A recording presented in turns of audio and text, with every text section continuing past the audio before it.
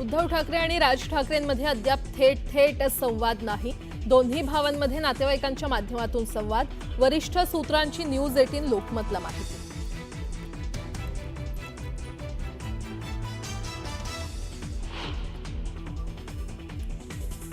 राहुल गांधींच्या टीकेला फडणवीसांचं लेखानं प्रत्युत्तर। त्यांनी केलेल्या जनतेच्या अपमानाचा मी निषेध करतो। ज्यांना जनता नाकारते तेच जनादेश नाकारतात म्हणत देवेंद्र फडणवीसांची घणाघाती टीका।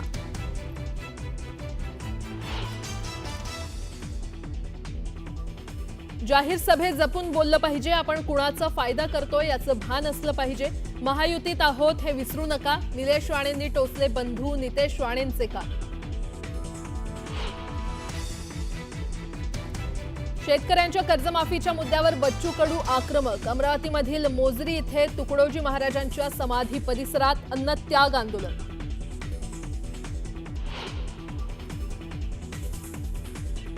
उद्धव ठाकरेंच्या उपस्थितीत मातोश्रीवर मुंबई निरीक्षकांची बैठक। पालिका निवडणुकीसंदर्भात घेणार आढावा। मनसे सोबतच्या युतीवरही चर्चेची शक्यता।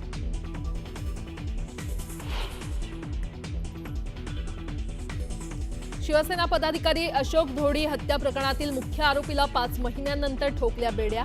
अविनाश धोडीला दादरा नगर हवेलीमधून अटक।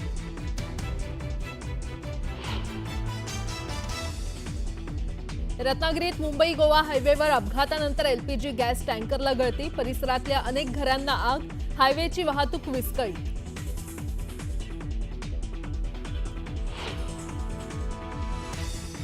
नव्याण्णव्या अखिल भारतीय साहित्य संमेलनाच्या स्थळ आणि तारखांची आज घोषणा होण्याची शक्यता।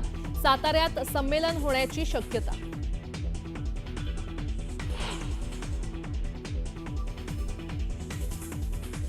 नुकत्याच उद्घाटन झालेल्या समृद्धी हायवेच्या इगतपुरी बोगद्याजवळ भीषण अपघात। भरधाव कारची मागून ट्रकला धडक। अपघातात 2 जण जखमी।